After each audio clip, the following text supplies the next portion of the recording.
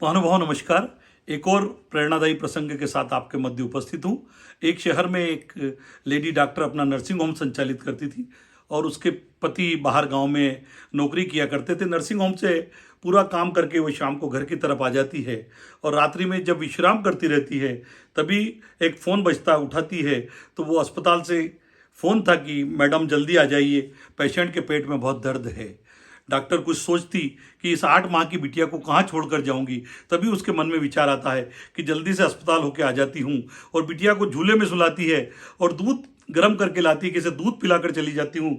दूध को बाटल में भरती है और जैसे ही पिलाने के लिए जाती है कि तुरंत एक और घंटी बजती है और अस्पताल से फ़ोन था कि मैडम बहुत जल्दी आइए, पेशेंट जिंदगी और मौत के बीच है। तो वो बाटल, दूध की बाटल को ऐसे ही वहाँ छोड़कर उसी हालत में अस्पताल की ओर वो डॉक्टरनी जाती है और वहाँ 2-3 घंटे के सफल ऑपरेशन के बाद वो वापस घर की तरफ लौटने लगती है। तब परिवार के लोग बहुत धन्यवाद देते हैं कि आपके कारण बिटिया और माँ की जान बच गई। और वह घर की तरफ आती है, जैसे ही घर का दरवाज़ा खोलती है तो घबरा जाती है क्योंकि पूरा घर अस्त व्यस्तता फैला हुआ था। एक झोले में सोने चांदी और नकदी रखे हुए थे। वो दौड़कर अपनी बिटिया के कमरे में जाती है और बिटिया को जब झूले में पाती है तो उसका तनाव कम हो जाता है। लेकिन दूसरी तरफ जैसे ही उसका ध्यान दूध की बाटल की तरफ जाता है तो दूध की बाटल खाली दिखती है।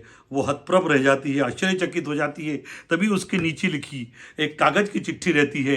उसमें लिखा होता है, बहन मैं आया तो चोरी के उद्देश्य था, चोरी कर कर जा ही रहा था, तभी इस कमरे से बिटिया के रोने की आवाज़ आती है। मैं आता हूँ तो यहाँ दूध की बाटल देखकर मैं उसे दूध पिला देता हूँ। बिटिया चुप हो जाती है। उस बिटिया की तरफ जब मेरा ध्यान जाता है तो मुझे मेरी बिटिया याद आ जाती है जो लगभग इसी उम्र की थी और आज से 1 साल पहले मुझे छोड़कर चली गई। ऐसी स्थिति में उस बिटिया के प्रति मेरा स्नेह उमड़ आता है और मैं चोरी कर कर यहाँ से नहीं जा सकता हूँ। बेटी, बहन आपकी बिटिया बहुत सुंदर है, इसका बहुत बहुत ध्यान रखना।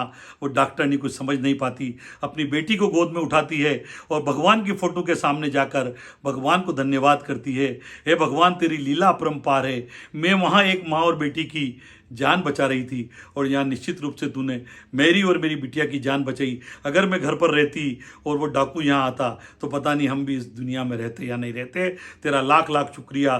तो महानुभाव, शायद यही घटनाएं ऐसे प्रसंगों को जन्म देते हैं कि कर भला तो हो भला, और भला शब्द अपने आप में यदि उसका उल्टा करें तो लाभ होता है। तो निश्चित रूप से जब भी भलाई का अवसर मिले तो हमें भला करना चाहिए। इसी भावना के साथ धन्यवाद, जय हिंद। और मेरी इन कहानी को लाइक और शेयर अवश्य करें। और आपने अगर अभी भी मेरे चैनल को सब्सक्राइब नहीं किया तो मेरा पूरा निवेदन है कि मेरे चैनल इसको सब्सक्राइब करें। पुनः धन्यवाद। जय भारत।